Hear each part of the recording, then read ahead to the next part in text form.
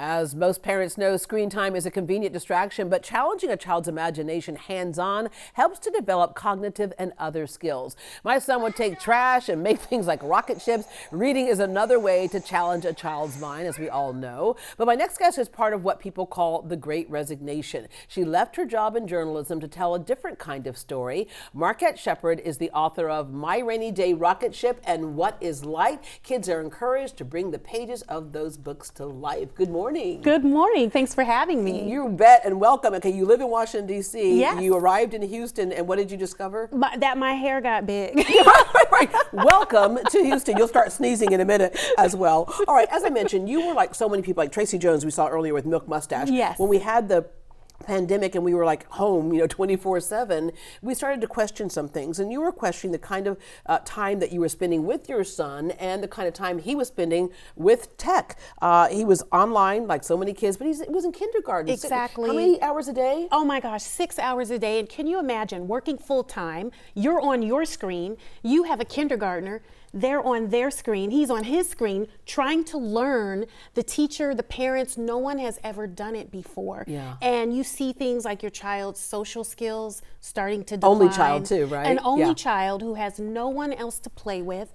Oh, he has someone else to play with. It's called a video Mom. game. Oh yeah. Right. Either mom play Naruto or any type of action fighting game with me, or do screen play dates were a thing. Yeah. Luckily, I had the authors community, and I wrote the book My Rainy Day Rocket Ship, and parents from all over the country started organically sending me pictures of their kids making rocket ships after reading the book. Yeah, so this is when you know you hit on something where you take the story and then they can make it their own story, which is always the nice thing about a good scripted book is that you can follow along and then create your own and make it your own. Okay, so My Rainy Day Rocket Ship, what's the premise behind this story? So I wrote this book well before the pandemic. It's about a little boy, an only child, just like my son, who's stuck inside on a day where the weather's not so great. So he has to make his own fun. So he gets a cardboard box full of socks and everyday items around his house which is to build what a rocket you ship. suggest that we do right here, and you did do that right here. Exactly. So I want to tell parents at home, get your kids off the video games,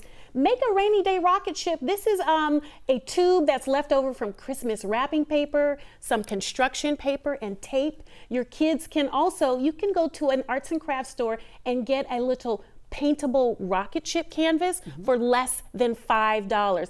I actually got that for $4 because I had a coupon. I'm a mom and I like to save. That's right. But literally no money was spent here. We already had construction paper from school supplies. And then I went to the arts and crafts store, and not only could my son do this outside, away from video games and virtual school, he's actually quite good at it now, and he loves getting outside to find ways to make a rocket ship. Teach a little sidebar lesson on recycling. Exactly, right? Yes. Okay, your next one is What is Light? That's a great book as well. So you're infusing educational science in there as well. Exactly. So What is Light is a book that I wrote well before I left journalism. And it's all about the different types of light that we have in our environment. The light from the sun, a light green leaf floating in the wind.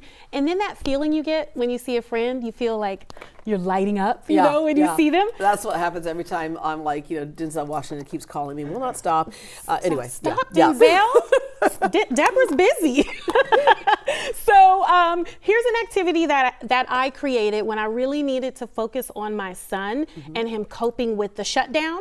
And now we do this every year when the lightning bugs start to get. You buy a little tea light that is electric, right? So there's no flames. Turn that tea light on. See, is it on? There we go. Right? These cost less than $5 at your arts and crafts. And then get a tub, save a plastic clear cup from the fast food place or wherever you ate out recently, and put it in there.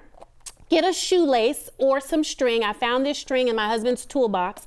And my son and I, we decorated this tub with his favorite stickers.